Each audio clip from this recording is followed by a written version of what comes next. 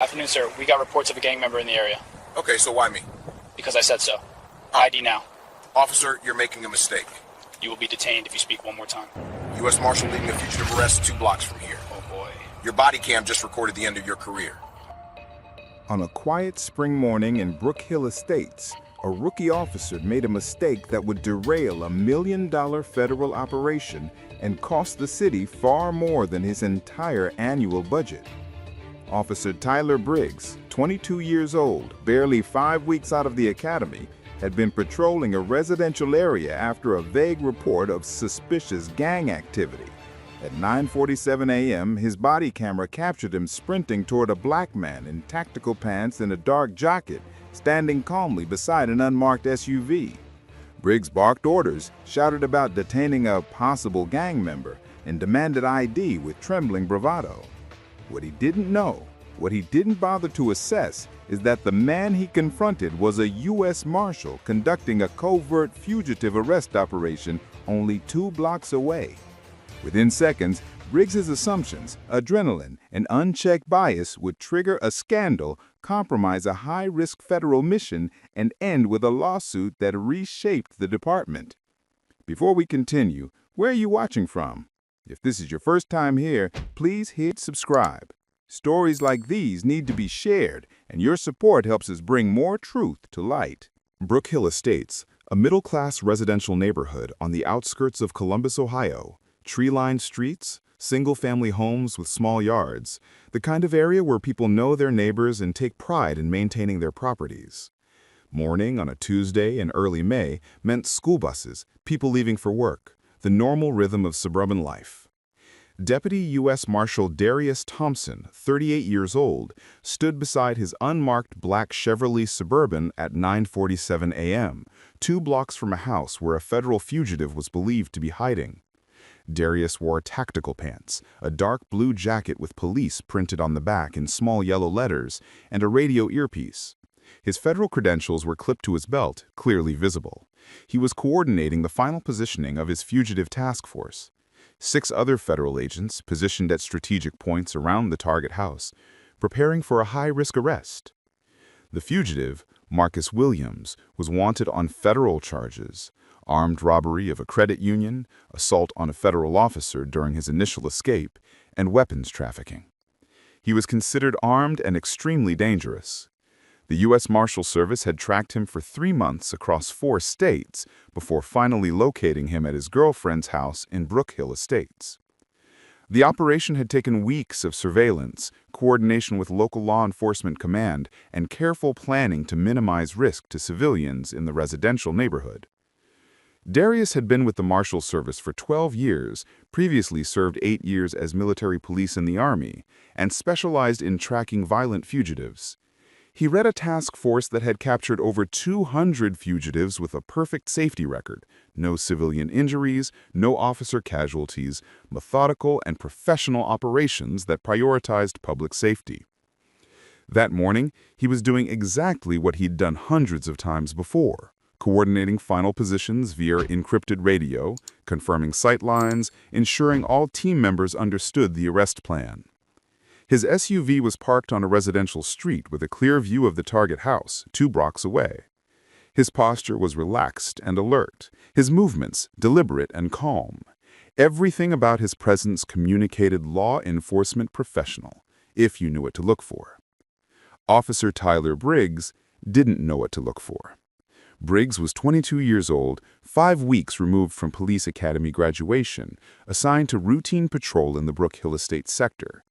His training evaluations had included concerning notes. Officer Briggs demonstrates excessive enthusiasm that sometimes manifests as reckless urgency, tends to escalate situations based on limited information, would benefit from additional mentoring on threat assessment and de-escalation. But the department was understaffed, and Briggs met minimum qualifications, so he'd been cleared for solo patrol. That morning, Briggs had received a vague dispatch call. Possible suspicious activity, Brook Hill Estates area.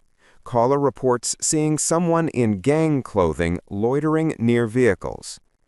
No specific location, no description beyond gang clothing. No reported crime. Just a resident's unease translated into a dispatch call that would derail a federal operation. Briggs drove through the neighborhood looking for anything that matched his understanding of gang clothing, which essentially meant any black person dressed casually. When he saw Darius standing beside the unmarked SUV wearing tactical pants and a dark jacket, his immediate thought wasn't law enforcement conducting an operation.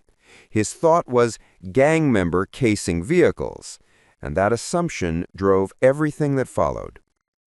Briggs' Axon Bodycam activated as he pulled his patrol car to a quick stop and exited fast, his movements hurried and aggressive.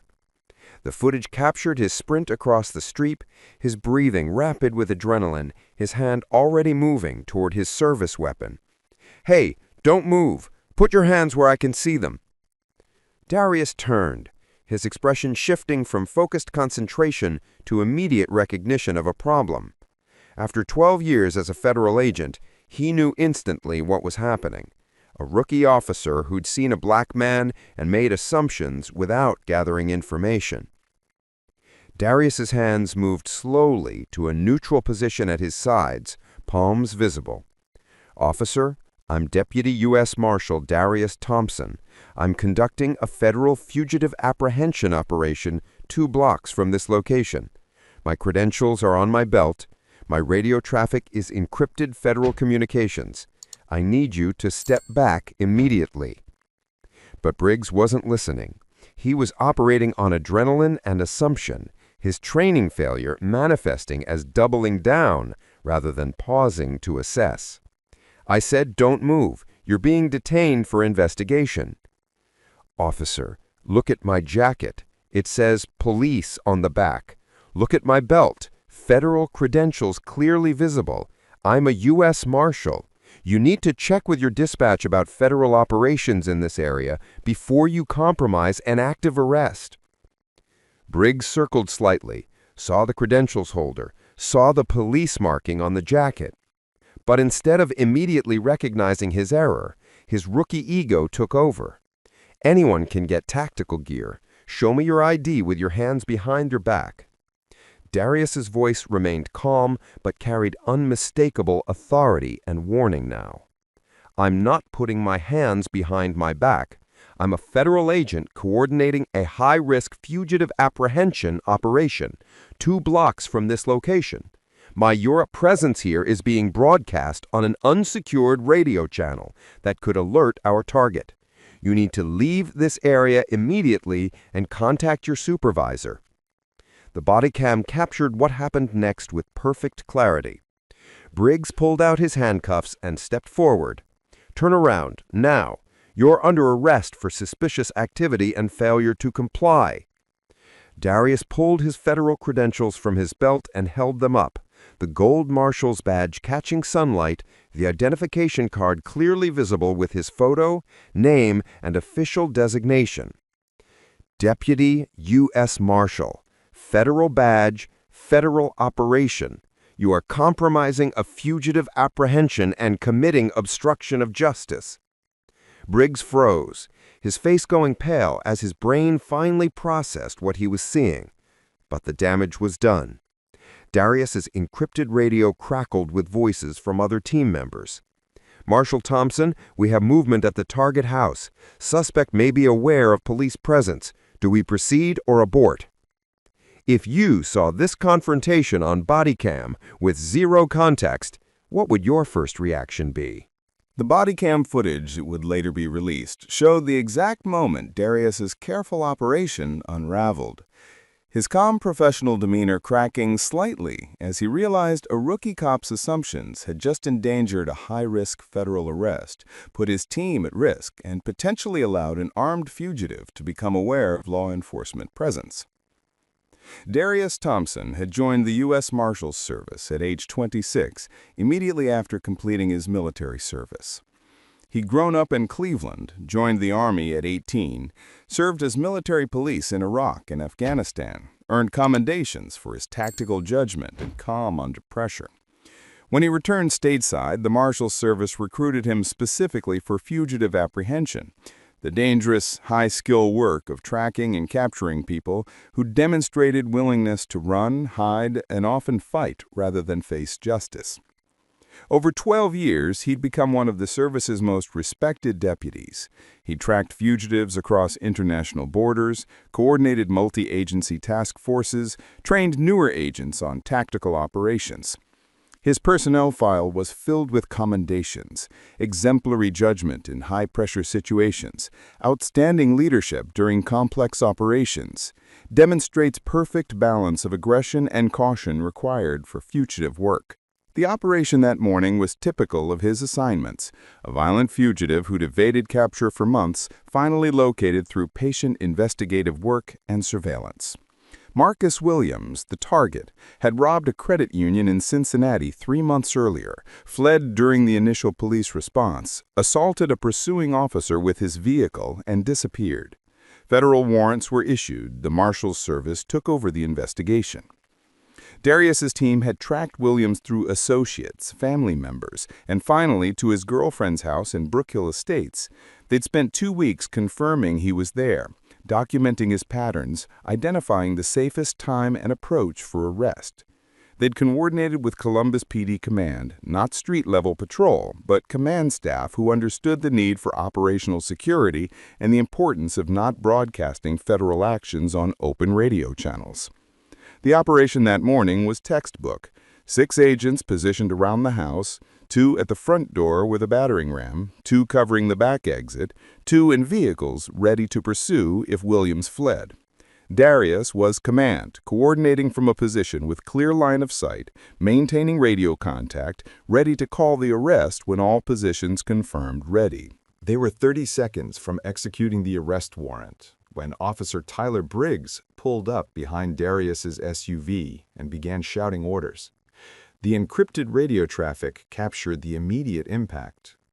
"Command, we have local patrol on your position. Subject is moving inside the house. Command, do we hold or proceed? Command, suspect just looked out front window. He's seen the patrol car."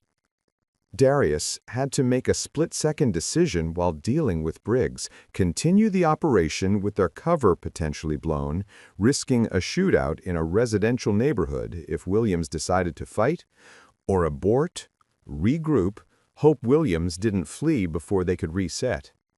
He made the call. "All units, hold position. Do not approach target house. Local patrol has compromised operational security. We abort and regroup." The disappointment in his voice was audible even through the radio transmission. 3 months of investigation, 2 weeks of surveillance, perfect positioning, all of it disrupted because a rookie cop saw a black man in tactical clothing and assumed gang member rather than federal agent. By the time Briggs finally understood what he'd done, federal credentials in hand, radio traffic making it clear this was a coordinated law enforcement operation, Williams had seen the patrol car, recognized law enforcement presence, and begun preparing to flee. Darius's team managed to prevent this escape by quickly repositioning, but the arrest became far more dangerous than planned, requiring a forced entry and physical struggle that injured one agent and resulted in property damage to the girlfriend's house. All of it could have been avoided if Briggs had taken 30 seconds to assess the situation before confronting Darius. Have you ever seen a situation where one small mistake caused huge consequences? Officer Tyler Briggs stood frozen in the street, Darius's federal credentials in his hands, the weight of his error settling over him like physical pressure. He'd been on the force 5 weeks. In those 5 weeks, he'd made 17 stops. 14 of those stops had involved black individuals.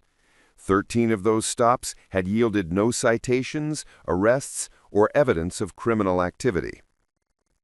Briggs hadn't been trained to recognize those numbers as problematic. He'd been trained to trust his instincts, to respond to suspicious behavior, to prioritize officer safety above de-escalation. But his instincts were shaped by bias he'd never examined. His definition of suspicious was influenced by stereotypes he'd absorbed from media, culture, and the unspoken messages about who poses threats and who deserves scrutiny. When he'd received the dispatch call about gang clothing, he'd immediately formed a mental image. Young black man in baggy clothes, possibly armed, probably engaged in criminal activity. That image was so firmly established in his mind that when he saw Darius, a 38-year-old federal agent in professional tactical gear, his brain had simply projected the stereotype onto reality. The Bodycam footage captured his breathing, rapid, shallow, adrenaline-fueled. Captured his hand movements, jerky, uncertain, compensating for inexperience with aggression. Captured his voice, trying to sound authoritative, but coming across as shaky and uncertain. Everything about his physical presence communicated rookie officer trying to project confidence he didn't actually possess.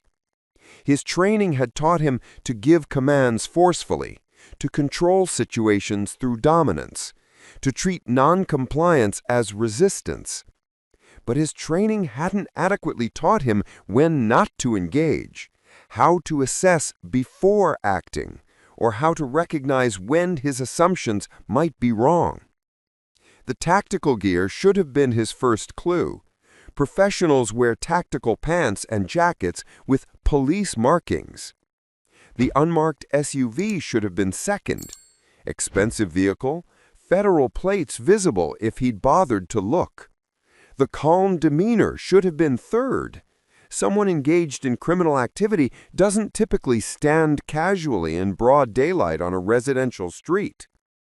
The credentials visible on Darius's belt should have been fourth. But Briggs had bypassed all those clues because his first thought, "Black man in this neighborhood must be suspicious," had overridden his ability to gather and process information. Now he stood in the street, watching federal agents execute a now compromised arrest 2 blocks away, listening to radio traffic describing how the operation he'd disrupted was proceeding with elevated risk, and beginning to understand that his career in law enforcement would likely be measured in days rather than years.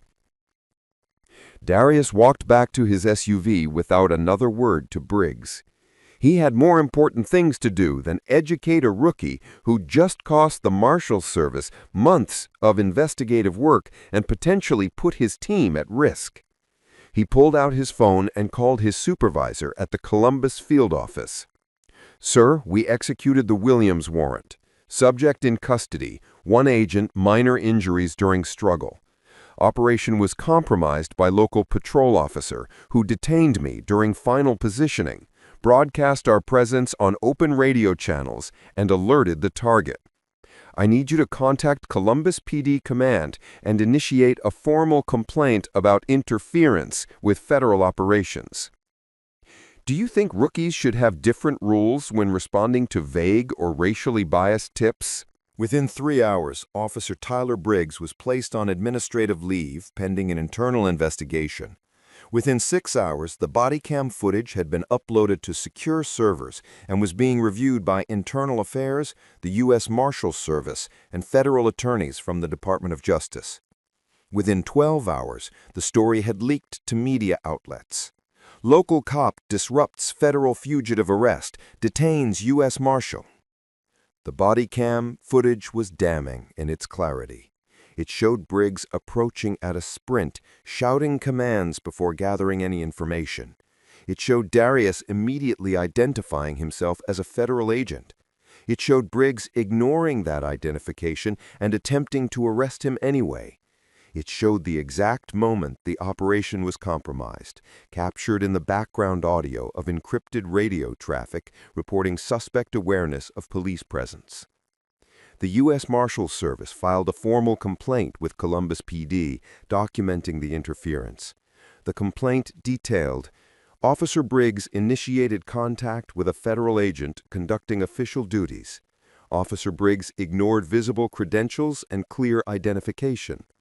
Officer Briggs's presence and use of marked patrol car alerted the fugitive target.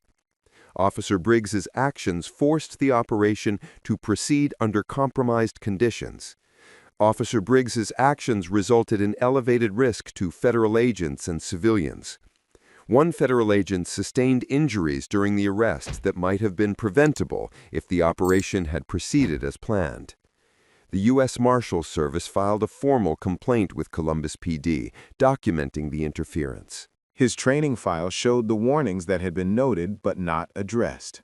His field training officer's final evaluation had included Officer Briggs would benefit from additional supervised patrol before solo assignment. He demonstrates tendency to act on assumptions rather than gathered facts. That recommendation had been overridden by staffing needs. The dispatch call that had sent Briggs to Brook Hill Estates that morning was traced and analyzed. An elderly white resident had called about suspicious gang activity, which turned out to be her description of seeing a black man in tactical clothing standing near vehicles. No crime reported, no specific behavior described beyond "looks suspicious." The dispatcher had logged it as routine suspicious person call without questioning whether the caller's perception of gang activity was based on actual evidence. The fugitive Williams had indeed become aware of police presence when he saw Briggs's marked patrol car pull up 2 blocks from his location. He'd immediately begun preparing to flee, grabbing a backpack with cash and a loaded handgun, heading toward the back door. The marshals had been forced to execute the arrest immediately rather than waiting for his girlfriend to leave the house as planned, resulting in the girlfriend being present during the forced entry, traumatizing her children who were home, and the physical struggle that injured an agent when Williams tried to fight his way past the entry team. All of that elevated risk, trauma, and injury stemmed directly from Briggs's interference. The Bodycam footage was released publicly through a Freedom of Information request filed by a journalist within a week. The video went viral immediately, viewed over 15 million times in the first 48 hours across various platforms. Comments reflected widespread outrage. Imagine being so racist you try to arrest a U.S. Marshal with his badge clearly visible. That rookie's entire career lasted 5 weeks. He saw a black man and his brain immediately thought gang member instead of noticing all the obvious signs of law enforcement. Federal agents do dangerous work. Having to deal with rookie cops who can't control their bias makes it even more dangerous. Should body cam recordings always be released when police interfere with federal operations? Darius Thompson filed a comprehensive federal lawsuit 8 weeks after the incident. The complaint named Officer Tyler Briggs individually, his field training supervisor who'd cleared him for solo duty despite documented concerns, and the Columbus Police Department. The legal claims were extensive. Count 1. Obstruction of federal law enforcement. Briggs interfered with a federal fugitive apprehension operation, compromising operational security and endangering federal agents. Count 2. Fourth Amendment violation, unlawful detention. Briggs detained Darius without reasonable suspicion despite visible federal credentials and clear identification of official status. Count 3. 14th Amendment violation, racial discrimination. Briggs's stop was motivated by racial bias, as evidenced by his pattern of disproportionate stops of black individuals and his immediate assumption that a black man in tactical gear was a gang member rather than law enforcement. Count 4. Assault on a federal officer. Attempting to physically restrain a federal officer engaged in official duties constituted assault under federal law. Count 5. Intentional infliction of emotional distress. Being detained and having a critical operation compromised caused significant professional and emotional harm. Count 6. Municipal liability. Columbus PD's inadequate training, failure to supervise Briggs properly, and pattern of ignoring documented concerns enabled the constitutional and federal law violations.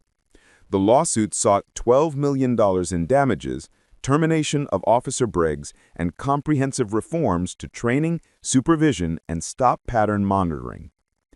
The city's defense attorneys reviewed the evidence and quickly recognized they had no viable position. The body cam footage was indefensible. The operational damage to a federal investigation was documented. Briggs's stop pattern proved racial bias. His training files showed the department had ignored warning signs.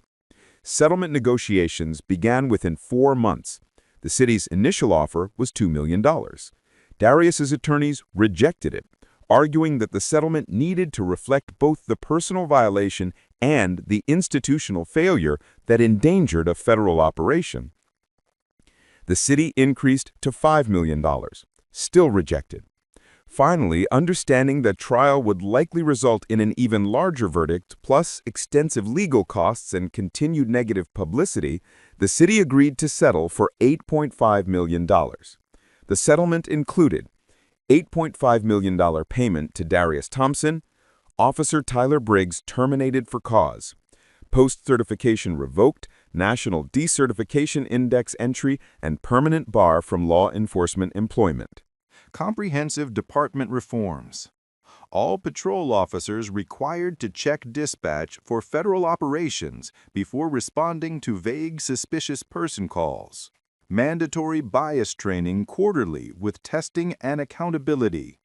Extended field training to minimum 16 weeks with no exceptions.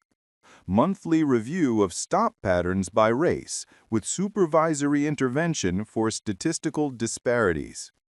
Zero tolerance policy for stops based solely on vague caller perceptions without specific criminal activity.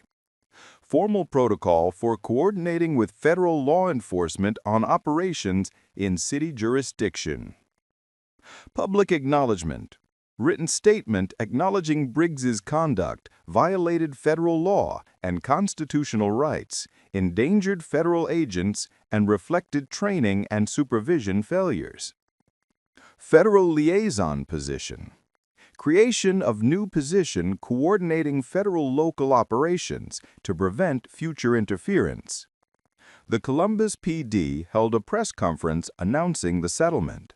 The police chief stood at a podium, clearly uncomfortable, reading a prepared statement. The actions of Officer Tyler Briggs on May 7th were unacceptable and violated our department's standards. His interference with the federal fugitive operation endangered lives and reflected failures in our training and supervision systems. We have implemented comprehensive reforms to ensure similar incidents do not occur. We extend our sincere apology to Deputy U.S. Marshal Thompson for this incident.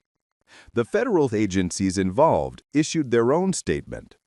Law enforcement at all levels must work cooperatively to serve the public. Local officers must be trained to recognize and respect federal operations, particularly those involving dangerous fugitives.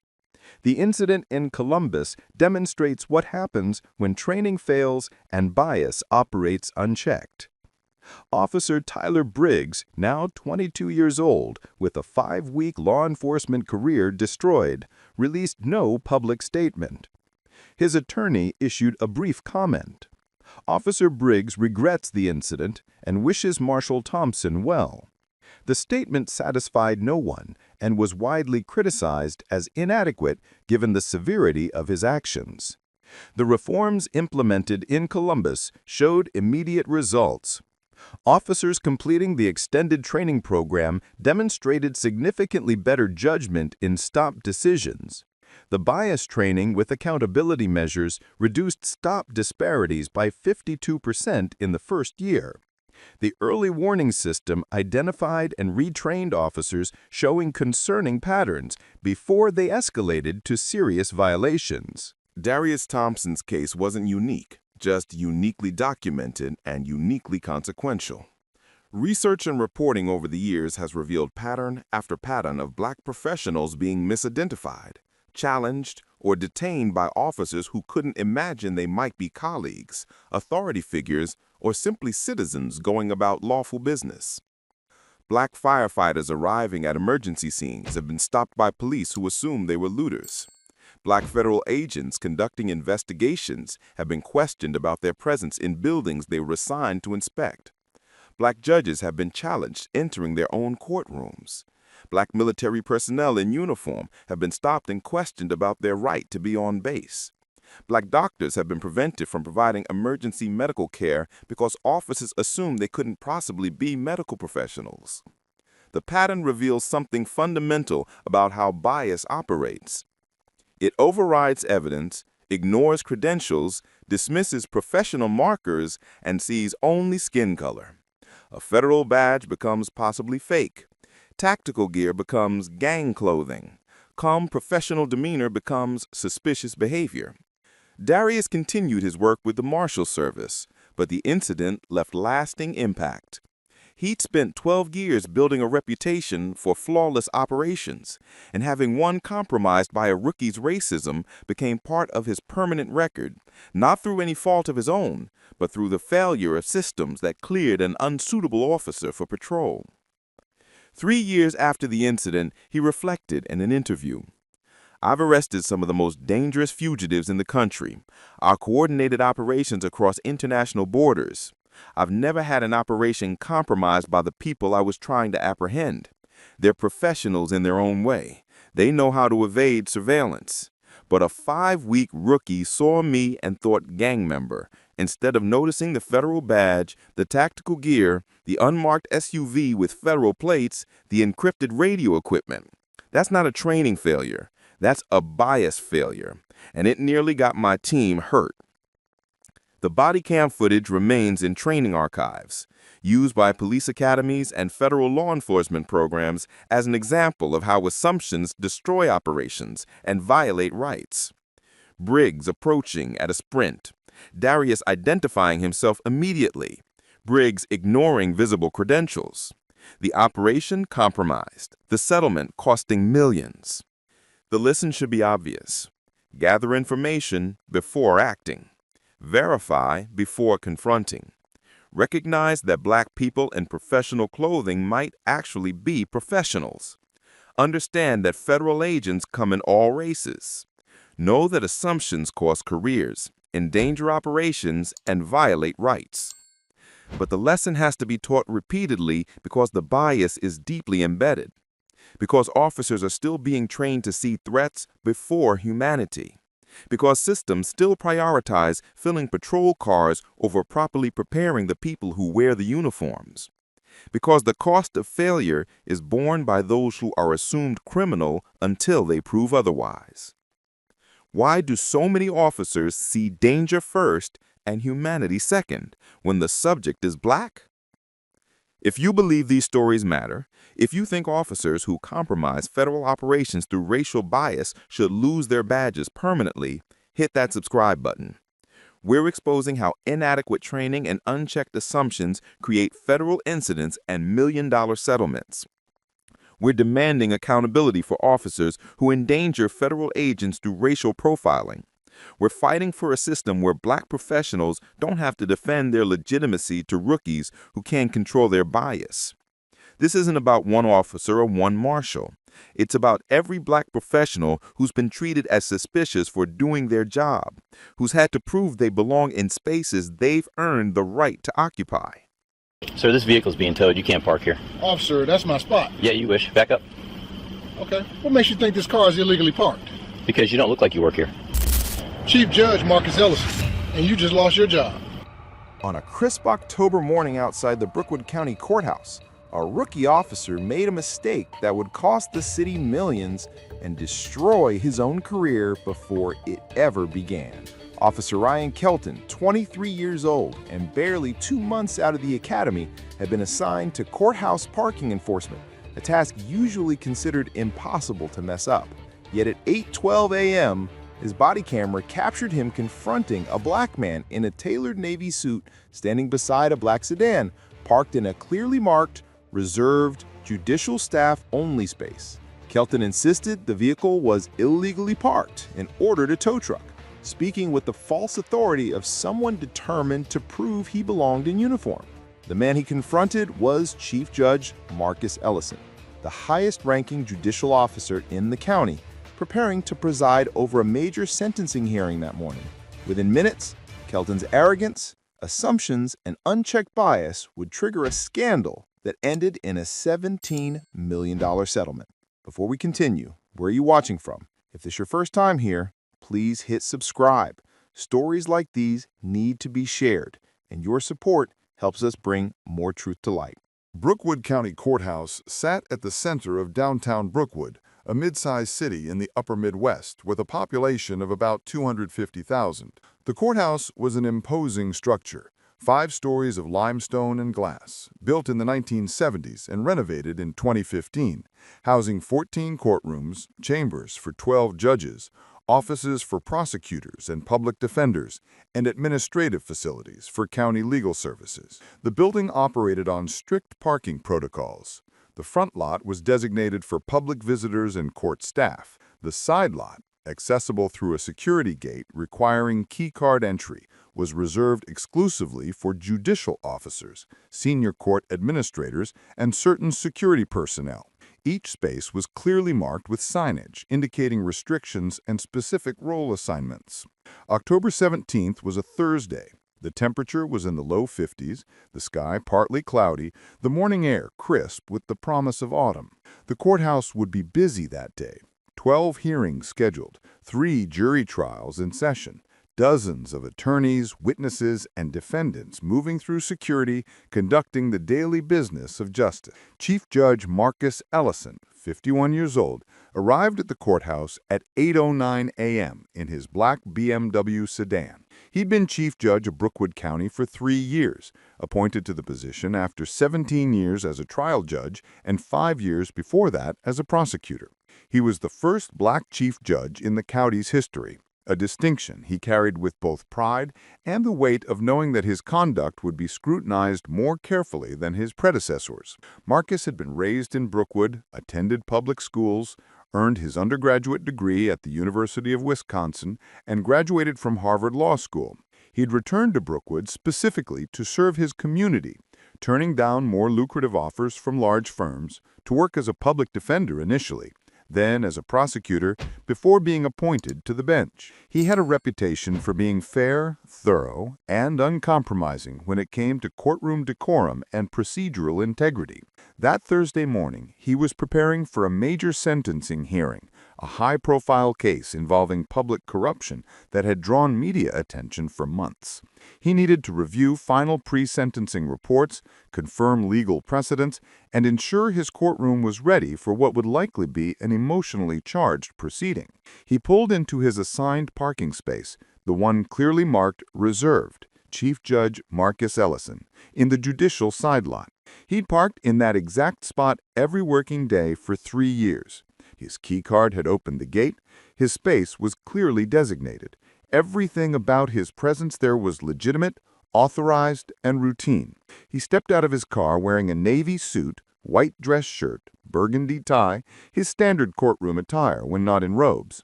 His briefcase sat on the back seat containing the sentencing files he'd been reviewing the night before. He stood beside his car for a moment, checking his phone for any last-minute messages from his clerk, the morning air cold enough to see his breath. That's when Officer Ryan Kelton approached. Kelton was 23 years old, 2 months out of the police academy, assigned to courthouse security detail, a position typically given to rookies as a low-risk way to gain experience before patrol duties. His responsibilities included monitoring public entrances, assisting with security screening, and enforcing parking regulations in the public lot. The judicial lot was outside his assigned area, but he'd been walking the perimeter of the building when he noticed the black BMW. Kelton's academy evaluations had included concerning notes. Officer Kelton demonstrates confidence that occasionally exceeds his competence, tendency to assert authority in situations where patience would be more appropriate, would benefit from additional training on de-escalation and respectful communication. But he'd passed the minimum requirements, and the department needed officers, so he'd been cleared for duty. When Kelton saw Marcus standing beside the BMW in the judicial lot, his immediate thought wasn't judicial officer arriving for work. His thought was someone who doesn't belong here. And that assumption was shaped entirely by seeing a black man in a suit standing beside an expensive car in a restricted area. Kelton's Axon Bodycam activated as he approached, capturing everything from his perspective. His stride was purposeful, his posture rigid, in the way rookie officers often carry themselves when trying to project authority they don't yet naturally possess. "Sir, this vehicle is being towed. You can't park here." Marcus turned, his expression shifting from focused concentration to mild confusion. "I am aware it's restricted. That's my spot." Kelton actually laughed, a dismissive, condescending sound that the Bodycam captured clearly. "No, it's not. Back up, please." Marcus took a step forward, not aggressive, but genuinely puzzled. "Officer, what makes you think this car is illegally parked?" Kelton's response was immediate and damning. "Because you don't look like someone who works in this building." The statement hung in the air, its meaning unmistakable. Marcus's expression shifted, confusion giving way to recognition of exactly what was happening. He'd dealt with assumptions his entire life, had been questioned in spaces where he belonged countless times, but it still carried a sting when it came from someone wearing a badge. He reached into his jacket pocket slowly and pulled out a black leather credential wallet. He opened it and held it at eye level so Kelton could see clearly. Inside was his judicial identification card, Chief Judge Marcus Ellison, Brookwood County Circuit Court, complete with official seal, photo, and security hologram. Marcus's voice remained calm, controlled, but carried unmistakable authority. "Chief Judge Marcus Ellison, this is my courthouse, and that is my parking space." The Bodycam captured Kelton's face perfectly in that moment. The color draining, the eyes widening, the sudden realization that he'd just made a catastrophic error. His hand, which had been gesturing dismissively moments earlier, dropped to his side. But instead of immediately apologizing and retreating, Kelton's training failure and ego combined into a worse response. He'd already called the tow truck on his radio before approaching. Now he stood frozen, trying to figure out how to undo what he'd set in motion without admitting he'd been completely wrong from the beginning. If this moment happened to you, what would your reaction be? Let me know in the comments. Marcus stood quietly, watching Kelton process the situation, his patience wearing thin. After 17 years as a trial judge, he'd developed the ability to remain composed under pressure, but this was testing even his considerable restraint. He'd been questioned about belonging in his own courthouse, in his own parking space, while preparing for a major hearing, by someone who should have been focused on actual security concerns rather than making assumptions about who belonged where. "Officer, I need you to cancel that tow truck." Kelton found his voice, though it had lost all its earlier authority. Chief Judge, I apologize. I didn't realize." "You didn't realize because you made an assumption without gathering any information. The sign on this space clearly identifies it as mine. The gate to this lot requires judicial staff credentials. My vehicle has appropriate parking permits visible on the windshield. You had multiple pieces of information available that would have prevented this encounter, but you chose not to verify any of them." A tow truck pulled into the lot at that moment, having responded to Kelton's earlier call. The driver, recognizing the situation immediately when he saw the Chief Judge's parking sign and the judicial credentials visible in Marcus's hand, stopped his truck and waited, smart enough not to approach until he understood what was happening. Court staff arriving for their morning shifts began noticing the unusual scene. The Chief Judge standing beside his car, a young officer looking increasingly distressed, a tow truck idling nearby. Jennifer Chen, the Chief Judge's court clerk for the past 5 years, walked quickly over from the employee entrance. "Judge Ellison, is everything all right?" Marcus gestured toward Kelton. "This officer has called a tow truck to remove my vehicle from my assigned parking space." Chen's eyes went wide. She looked at Kelton, at the clearly marked space, at the tow truck, back to Kelton. "Officer, This is the chief judge. This has been his parking space for 3 years. What's going on? Kelton's face had gone from pale to red, embarrassment and panic competing. But instead of simply admitting his error, he tried to defend his actions. I saw an unauthorized vehicle in the judicial lot. I was enforcing parking regulations. Unauthorized? Marcus's voice remained calm, but carried an edge now. My credentials authorize my presence. My key card opened the gate. My parking permit is displayed. The signage identifies this as my space. On what basis did you determine I was unauthorized? Kelton couldn't answer, because the only honest answer was the assumption that had driven his entire approach, that a black man, regardless of attire or credentials, couldn't possibly be the chief judge. More staff had gathered now, attracted by the unusual commotion. Court Security Supervisor Lieutenant David Martinez arrived, having been alerted by radio chatter about a situation in the judicial lot. He took in the scene instantly. The chief judge, the rookie officer, the tow truck, the growing crowd of witnesses. Officer Kelton, what's happening here? Kelton's voice was barely audible now. Sir, I initiated contact regarding what I believe to be an illegally parked vehicle. The driver has identified himself as Chief Judge Ellison. I made an error in judgment. Martinez turned to Marcus. Chief Judge, I apologize on behalf of courthouse security. Officer Kelton is new to his assignment. I'll be filing a full incident report and initiating an internal affairs review. Marcus nodded, his expression unreadable.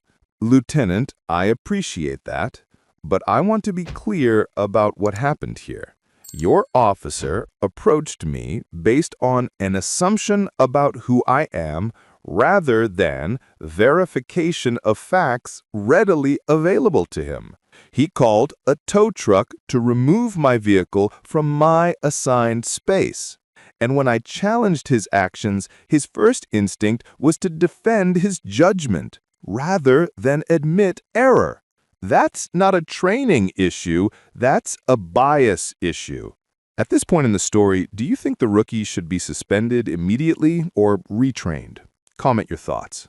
Lieutenant Martinez was 48 years old, had been with courthouse security for 12 years, and had never dealt with anything like this before. Courthouse security incidents typically involved screening delays, unauthorized photography attempts, or occasional disruptive behavior by defendants or family members. Having a rookie officer attempt to tow the chief judge's car was unprecedented. He walked over to Kelton, his voice low but unmistakably angry. Did you even read the sign on that parking space? Kelton looked at the ground. I saw someone I didn't recognize in the judicial lot. That's not what I asked. Did you read the sign? No, sir. Martinez pointed at the clearly visible signage, reserved, Chief Judge Marcus Ellison.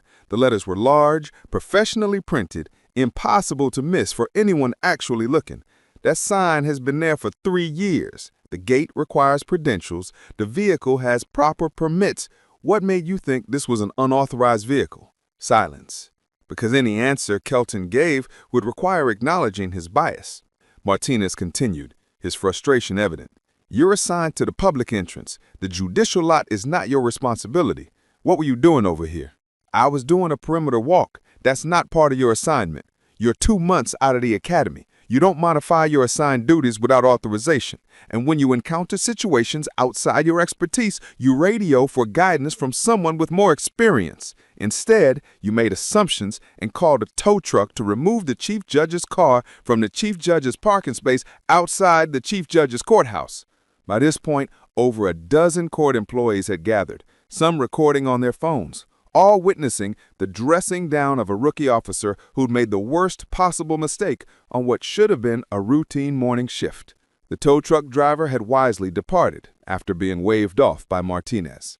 Marcus stood beside his car, checking his watch. His sentencing hearing was scheduled for 9 a.m.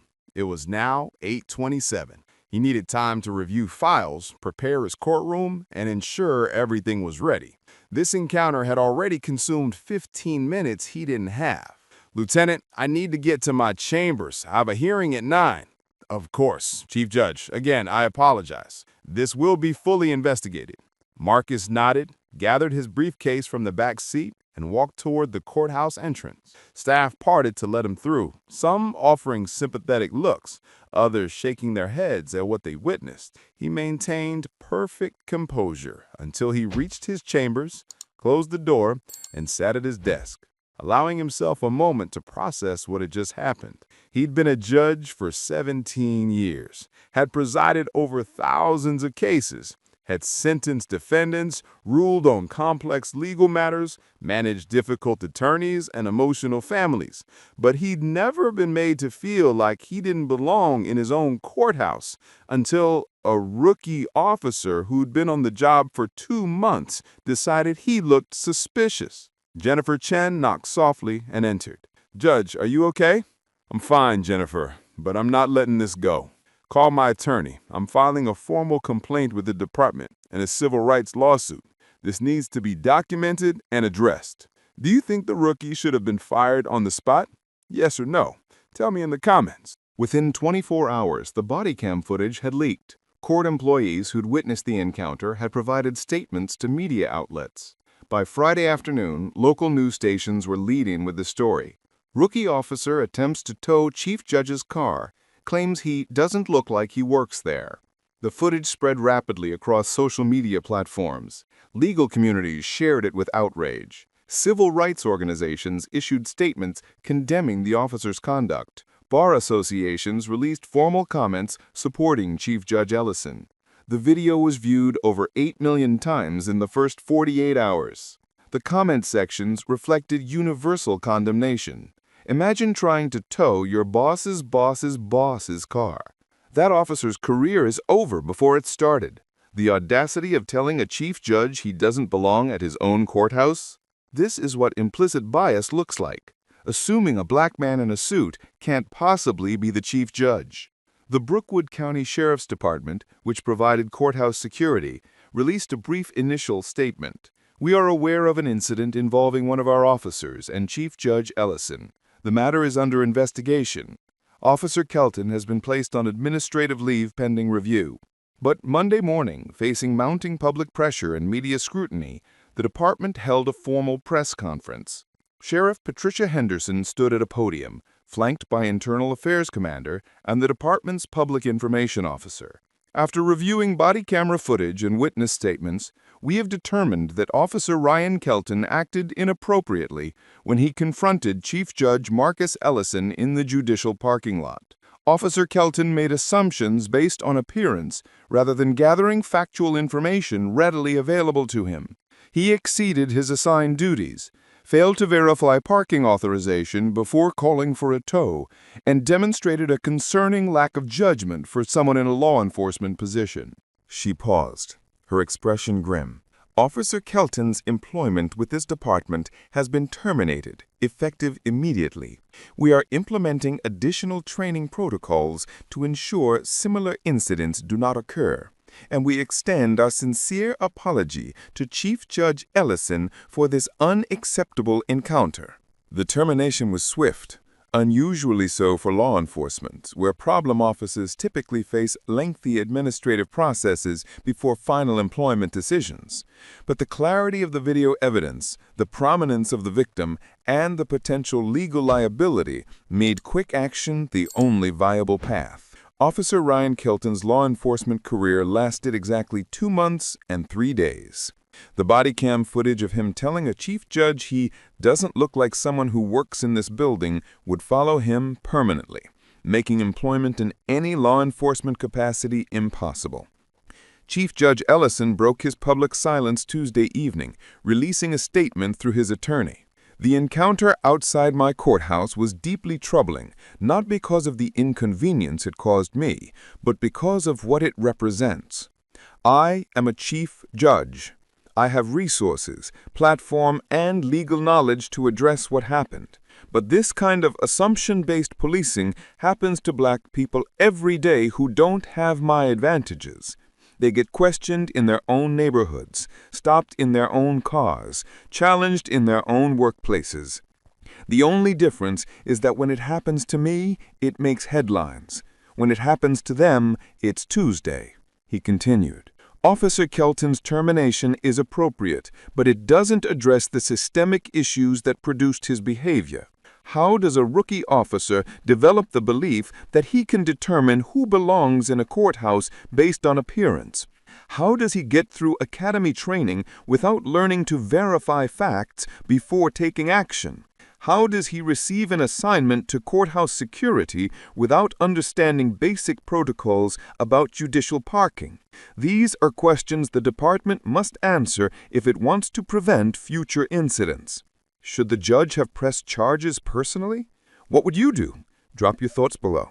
6 weeks after the parking lot encounter, Chief Judge Marcus Ellison filed a comprehensive federal civil rights lawsuit in U.S. District Court. The complaint named Officer Ryan Kelton individually, Lieutenant David Martinez as supervising officer, and Brookwood County Sheriff's Department. The legal claims were extensive and meticulously documented. Count 1. Fourth Amendment violation, unlawful seizure. Kelton's confrontation and threat to tow Marcus's vehicle constituted an unreasonable seizure of property without cause. Count 2. 14th Amendment violation, racial discrimination. Kelton's statement that Marcus didn't look like someone who works in this building revealed that the stop was motivated by racial bias. Count 3. Violation of civil rights under color of law. Kelton used his authority as a law enforcement officer to harass Marcus based on race, violating federal civil rights statutes. Count 4. Intentional infliction of emotional harm. Being publicly questioned about belonging in his own courthouse in front of staff and colleagues caused significant emotional harm. Count 5. Interference with official duties. Kelton's actions delayed Marcus's preparation for a scheduled court hearing, interfering with judicial responsibilities. Count 6. Municipal liability. The department's inadequate training, failure to properly supervise Kelton, and pattern of clearing officers for duty without sufficient preparation created conditions enabling the violation. Count 7. Defamation. Kelton's public statements and actions impugned Marcus's professional reputation and implied criminal wrongdoing. The lawsuit sought $20 million in damages, comprehensive reforms to training and supervision protocols, and public acknowledgement of wrongdoing. The discovery phase revealed information that made the department's institutional negligence clear. Kelton's academy evaluations showed repeated warnings about overconfidence and poor judgment. His field training officer had recommended additional supervised duty before solo assignment. That recommendation had been overridden by administrative need to fill courthouse security position. 6 weeks after the parking lot encounter, Chief Judge Marcus Ellison filed a comprehensive federal civil rights lawsuit in U.S. District Court. The complaint named Officer Ryan Kelton individually, Lieutenant David Martinez as supervising officer, and Brookwood County Sheriff's Department. The legal claims were extensive and meticulously documented. Count 1. Fourth Amendment violation, unlawful seizure. Kelton's confrontation and threat to tow Marcus's vehicle constituted an unreasonable seizure of property without cause. Count 2. 14th Amendment violation, racial discrimination. Kelton's statement that Marcus didn't look like someone who works in this building revealed that the stop was motivated by racial bias. Count 3. Violation of civil rights under color of law. Kelton used his authority as a law enforcement officer to harass Marcus based on race, violating federal civil rights statutes. Count 4. Intentional infliction of emotional distress. Being publicly questioned about belonging in his own courthouse in front of staff and colleagues caused significant emotional harm. Count 5. Interference with official duties. Kelton's actions delayed Marcus's preparation for a scheduled court hearing, interfering with judicial responsibilities. Count 6. Municipal liability. The department's inadequate training, failure to properly supervise Kelton, and pattern of clearing officers for duty without sufficient preparation created conditions enabling the violation. Count 7. Defamation. Kelton's public statements and actions impugned Marcus's professional reputation and implied criminal wrongdoing. The lawsuit sought $20 million in damages, comprehensive reforms to training and supervision protocols, and public acknowledgement of wrongdoing. The discovery phase revealed information that made the department's institutional negligence clear. Kelton's academy evaluations showed repeated warnings about overconfidence and poor judgment. His field training officer had recommended additional supervised duty before solo assignment. That recommendation had been overridden by administrative need to fill courthouse security position. The $17 million settlement was announced at a joint press conference 16 months after the parking lot encounter. Chief Judge Ellison stood at a podium, flanked by his attorneys, facing dozens of cameras and reporters.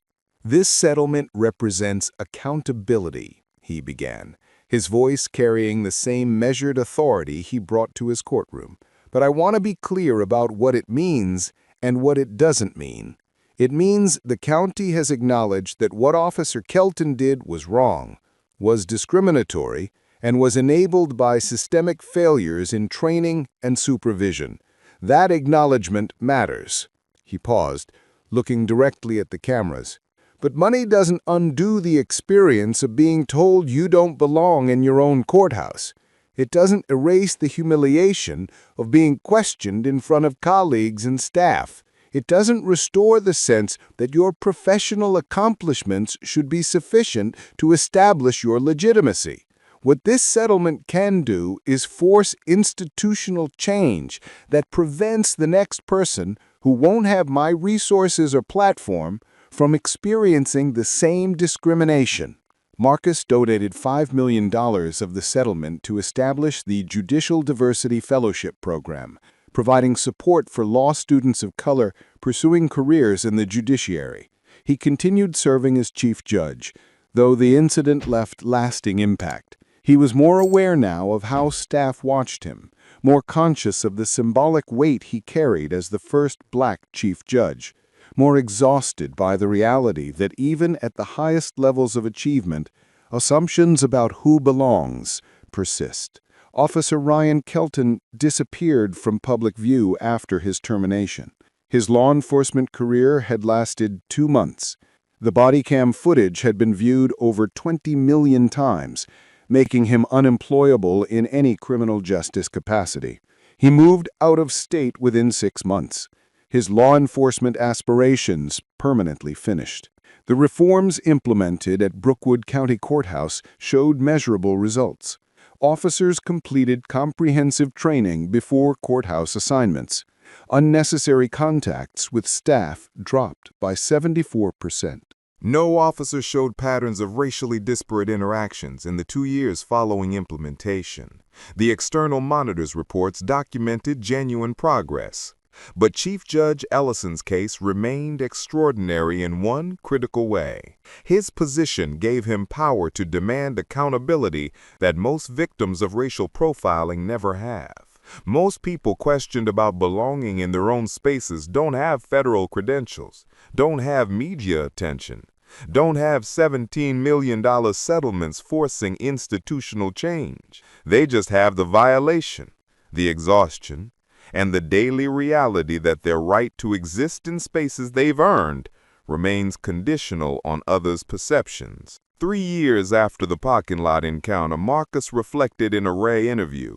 "People sometimes ask if I've moved past it.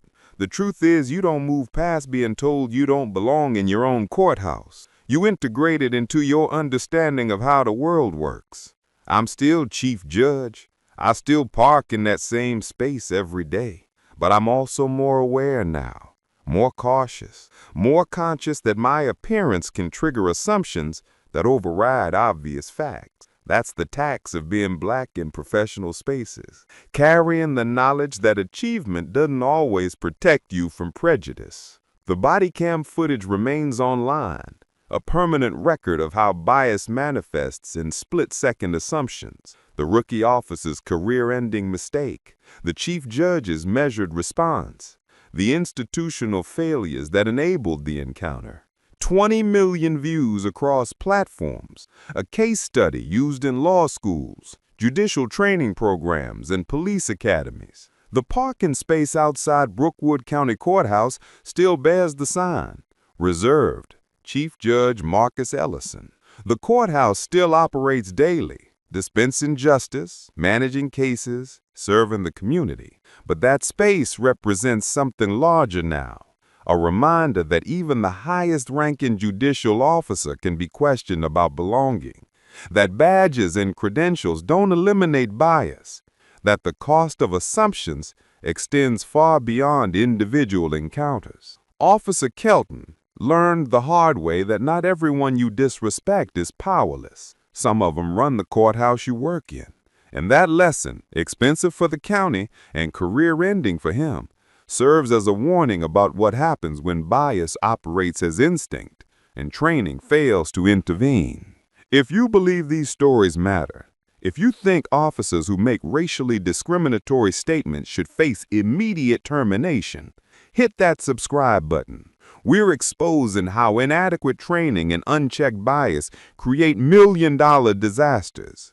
We're demanding departments prioritize competence over convenience when clearing officers for duty. We're fighting for a system where achievement and credentials should be sufficient to establish legitimacy, where black professionals shouldn't have to defend their right to exist in spaces they've earned. This isn't about one rookie or one judge. It's about every person who's been told they don't belong in their own parking space, their own building, their own life. Sir, what are you doing in this neighborhood? Walking my dog. Why? Don't get smart. I know you're making plans for your next robbery. Sir, that's racist. Let me see some ID before this becomes a problem. Defense attorney, and you just crossed the legal line. Your body cam footage is about to cost you a whole lot more than your job. The officer's body camera clicks on mid-stride, already moving fast, already angry. A quiet residential sidewalk, morning sunlight, a small dog sniffing at the grass. And then, the officer steps directly into the path of a black man in joggers, leash in one hand, coffee in the other. Officer, voice sharp, breath tight. "Hey, stop right there. What are you really doing in this neighborhood?" The man blinks, confused, dog tugging lightly on the leash. "Walking my dog, is there an issue?" But the officer wasn't listening. He was leaning forward, squinting, making assumptions. And then he said something that would later cost the city $25 million. "You planning your next robbery? I know how guys like you operate." In that moment, everything changed. Because this guy was attorney Marcus Hale, one of the most feared defense lawyers in the state. And the officer had no idea. Before we continue, where are you watching from? If this is your first time here, hit that subscribe button. Stories like these need to be shared, and your support helps us bring more truth to light. Riverside Heights, a suburban neighborhood about 20 miles outside Philadelphia, Pennsylvania. Tree-lined streets, well-maintained homes in the $400,000 range, the kind of area where people commute downtown for work and return home to quiet evenings. The neighborhood had a reputation for being safe, orderly, the kind of place young families chose specifically because nothing dramatic ever happened. But on a Tuesday afternoon in late September, Riverside Heights was the active surveillance zone for a months-long federal narcotics operation. Operation Nightfall, run by the DEA's Philadelphia division, had been tracking a sophisticated fentanyl distribution network that moved product through suburban areas using seemingly legitimate businesses as cover. The investigation involved wiretaps, financial analysis, informant testimony, and extensive physical surveillance.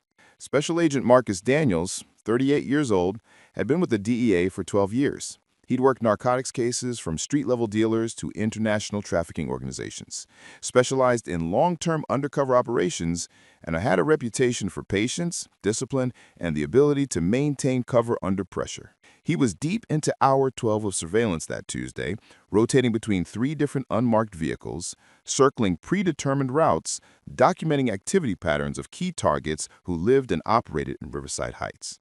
Marcus drove a nondescript gray sedan, dressed in civilian clothes, jeans, a plain t-shirt, baseball cap. Nothing about his appearance suggested law enforcement. That was the point. He'd been circling the same 6-block area for the past hour, part of establishing normal presence, so that when the operation moved to the arrest phase, suspects wouldn't remember seeing him only on the day of the takedown.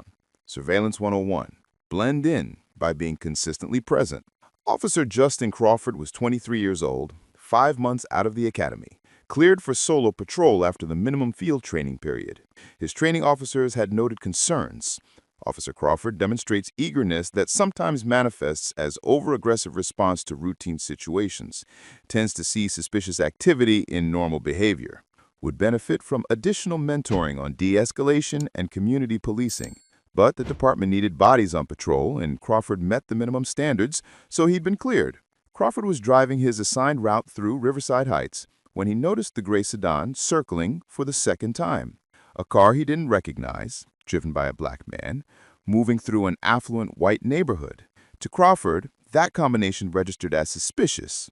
His training, inadequate and enforcement-focused, hadn't taught him to consider legitimate reasons for circling behavior. Surveillance, delivery work, rideshare driving, looking for addresses. He just knew circling was mentioned in academy lessons about casing for burglaries. Crawford activated his body cam and pulled his patrol car behind the sedan at a stop sign. Marcus noticed a police car, but wasn't concerned initially. He was a federal agent conducting active surveillance operation. He had credentials. Nothing about the situation suggested a problem. Crawford exited his patrol car and approached with his hand already resting on his duty belt, his posture communicating suspicion from the first step. "Sir, keep your hands where I can see them." Marcus turned, his expression shifting from neutral to mildly confused. "For what?" "You've been circling this block. That's suspicious behavior. Step out of the vehicle." Marcus stayed in his car, his voice calm and professional. "That's called doing my job." Crawford's hand moved closer to his service weapon. "Step out of the vehicle now." Marcus recognized immediately what was happening. A rookie who'd seen a black man in a white neighborhood and decided that was sufficient cause for a stop. He dealt with situations like this before, though usually he could flash credentials and resolve things quickly. He stepped out slowly, hands visible, his demeanor completely non-threatening. "I need you to see your license and registration." "Officer, before we go further, I need you to know that I'm a federal agent conducting an active surveillance operation. I'm going to reach for my credentials slowly. Watch my hands." Crawford's breathing quickened. "Don't reach for anything. Keep your hands where I can see them." "I'm trying to show you that I'm DEA. I have credentials in my jacket pocket." "I said don't move." Have you ever seen someone stay this calm while being profiled? Tell me your thoughts below.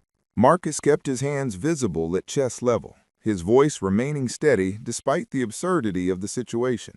"Officer, my name is Special Agent Marcus Daniels. I'm with the Drug Enforcement Administration. I've been conducting surveillance as part of Operation Nightfall, a federal narcotics investigation.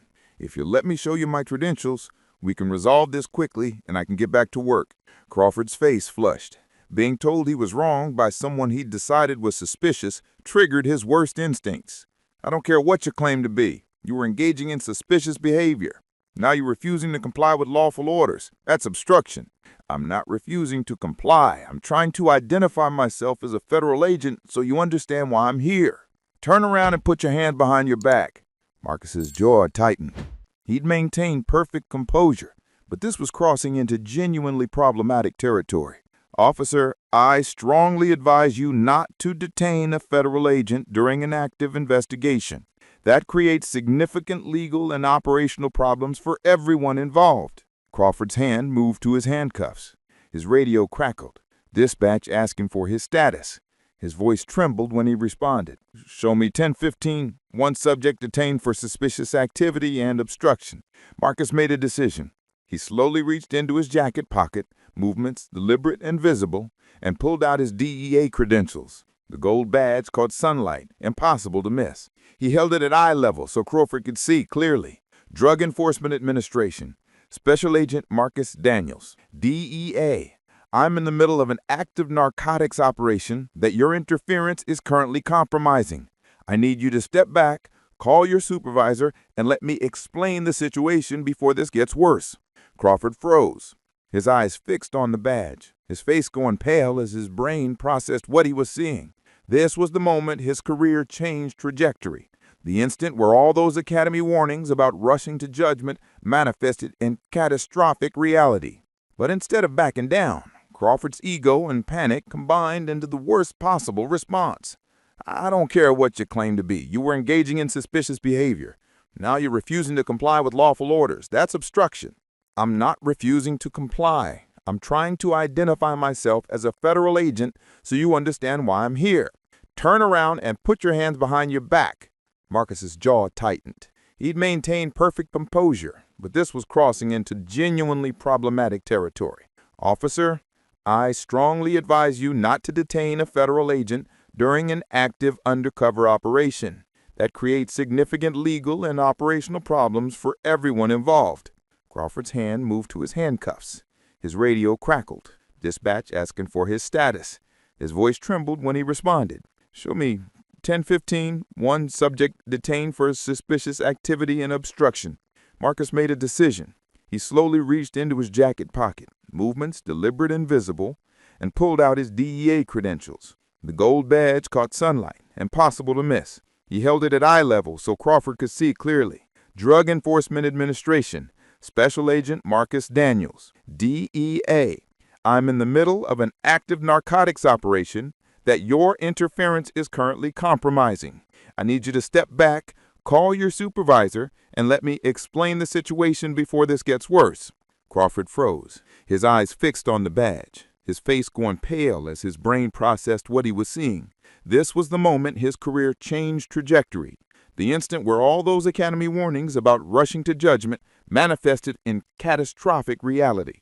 But instead of backing down, Crawford's ego and panic combined into the worst possible response. I need to verify those credentials. Anyone can get a fake badge. Turn around, now. You want to verify federal credentials? Call your supervisor. Call the DEA Philadelphia office. They'll confirm my identity in 30 seconds. But do not attempt to detain me. 2 more patrol cars pulled up, responding to Crawford's radio call. Officers Ryan Kelly and Sarah Martinez stepped out, assessing the situation. Their rookie colleague confronting a black man beside an unmarked car, hands near weapons, tension high. Martinez approached quickly. Crawford, what's happening?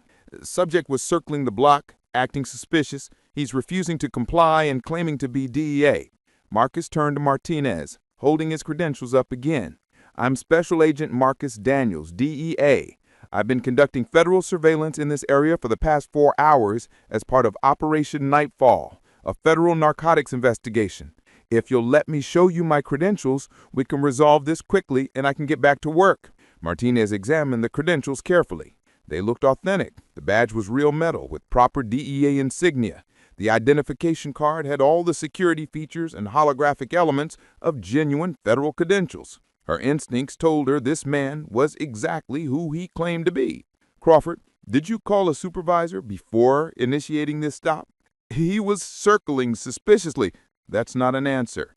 Did you have reasonable suspicion of a specific crime? He matched the behavior pattern for casing houses. Martinez pulled out her radio. Dispatch, can you contact DEA Philadelphia Division and verify credentials for Special Agent Marcus Daniels? Within 2 minutes, dispatch confirmed. Marcus Daniels was a DEA special agent, currently assigned to an active investigation in the Riverside Heights area, and his supervisors were extremely unhappy that one of their agents was being detained by local police. Martinez turned to Crawford, her voice low but unmistakably angry. You just stopped a federal agent during an active undercover operation. Do you understand what you've done?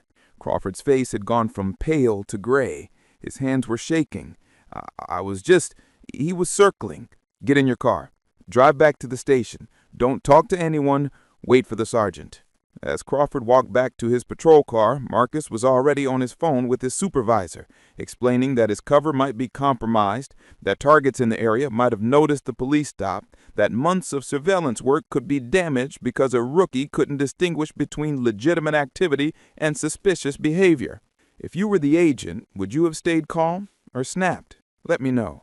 By Wednesday morning, the DEA's Philadelphia division had filed a formal complaint with the local police department. Special Agent in Charge Jennifer Martinez, no relation to Officer Martinez, sent a scathing letter to the police chief, outlining how Officer Crawford's reckless stop had compromised an active federal investigation, exposed an undercover agent, and potentially alerted targets that they were under surveillance. The letter detailed the operational damage. Surveillance teams had to be pulled back, target patterns were disrupted, informant meetings were delayed, and the timeline for arrests had been pushed back by weeks while they assessed whether the operation's security had been breached. The estimated cost of the delay and restructuring exceeded $2 million in federal resources. Police Chief Robert Thompson watched Crawford's body cam footage 3 times, each viewing making him feel worse. He could see everything. Crawford approaching with aggression rather than curiosity, escalating without cause, refusing to accept credentials, maintaining his confrontational posture even after the badge was shown. It was textbook bad policing, the kind of incident that generates lawsuits and federal intervention. He called Internal Affairs immediately. "I need a complete investigation of the Crawford stop. Pull everything, his training records, his stop history, his supervisor evaluations, and I need it done fast because we're about to get sued by a federal agent." The IA investigation revealed patterns that should have prevented Crawford from being cleared for solo patrol. His academy evaluations included multiple warnings about presumptive judgment and difficulty distinguishing routine behavior from criminal activity. His field training officer had recommended an additional month of supervised patrol before clearance. That recommendation had been overruled by staffing needs. More damaging, Crawford had made 17 stops in his 5 months of solo patrol. 12 of those involved black drivers or pedestrians. Of those 12, 11 were released without citation or arrest after the stop revealed no criminal activity. The pattern suggested racial profiling, though no one had analyzed the data until now because he was too new to have triggered attention. Crawford was placed on immediate administrative leave. The department's statement was brief and non-committal. "An incident involving one of our officers is under investigation. The officer has been placed on leave pending review. But everyone involved knew where this was heading. Do you think the rookie deserves a second chance? Or was this the end? Drop your opinion." Marcus Daniels filed a federal civil rights lawsuit 4 weeks after the incident. His attorney, James Richardson from the Philadelphia Civil Rights Law Center, structured the complaint to maximize both legal liability and public impact. Count 1, Fourth Amendment violation. Unlawful stop and detention. Officer Crawford stopped Marcus without reasonable suspicion of criminal activity. Circling a block is not inherently suspicious and does not justify detention. Count 2, Fourth Amendment violation. Unlawful detention after identification. Crawford continued detention even after Marcus identified himself as a federal agent and showed credentials, compounding the initial violation. Count 3, interference with federal law enforcement operations. Crawford's actions compromised an active DEA investigation, resulting in operational delays and resource waste. Count 4, racial profiling. The stop was motivated by racial bias, as evidenced by Crawford's patterns of disproportionately stopping black individuals and his inability to articulate reasonable suspicion. Count 5, emotional distress. Being unlawfully detained while attempting to perform federal duties caused professional embarrassment and personal distress. Count 6, municipal liability. The department's inadequate training, failure to properly supervise Crawford, and decision to clear him for solo patrol despite documented concerns created the conditions for constitutional violations. The lawsuit sought $12 million in damages, termination of Officer Crawford, and comprehensive reforms to training and accountability. The city's attorneys reviewed the evidence and quickly recognized they had no viable defense. The body cam footage showed everything. Crawford's training file documented the warnings that were ignored. His stop pattern proved racial bias. Marcus's federal credentials and the DEA's confirmation eliminated any claim that Crawford's suspicions were legitimate. They attempted to settle early, offering $400,000. Richardson rejected it immediately. "My client is a decorated federal agent who was racially profiled and detained while conducting national security work. The department ignored warning signs about this officer and cleared him for duty anyway. We're going to trial. The trial took place 11 months after the incident. The jury watched the body cam footage on a large screen in the courtroom. They saw Crawford approach with immediate suspicion, heard him refuse to accept credentials, watched him continue escalating even after the badge was shown. The footage was so clear, so indefensible, that some jurors shook their heads while watching. Expert witnesses testified about racial profiling patterns, about proper protocols for encountering federal agents, about the operational damage caused to DEA investigations. Marcus testified calmly and professionally about the humiliation of being treated as a criminal while doing his job. Crawford's testimony was catastrophic for the defense. When asked why he stopped Marcus, he claimed suspicious circling behavior. When asked what made circling suspicious, he couldn't provide a clear answer. When shown his stop pattern, 12 stops of black individuals in 5 months, 11 yielding no violations, he claimed it was coincidence. The jury deliberated for 4 hours. They returned with the verdict: $10 million in damages, apportioned as $4 million compensatory and $6 million punitive. The punitive damages sent a clear message. This wasn't just negligence. It was reckless disregard for constitutional rights that deserved additional penalty. If you were on that jury, how much would you have awarded? I'm curious. Officer Justin Crawford was terminated 6 days after the verdict. The termination letter was direct. Officer Crawford's actions violated department policy, ignored his training, and resulted in a $10 million judgment against the city. His pattern of stops suggests racial bias. His refusal to accept federal credentials demonstrated poor judgment. He is unsuitable for law enforcement. His POST certification was revoked. His name entered the National Decertification Index. He applied to several other departments over the following year. All rejected him. The case had been too public, the body cam footage too damaging, the price tag too high. He became a cautionary tale used in police academies. This is what happens when you let bias drive your decisions. Special Agent Marcus Daniels continued his DEA career, though the incident left lasting impact.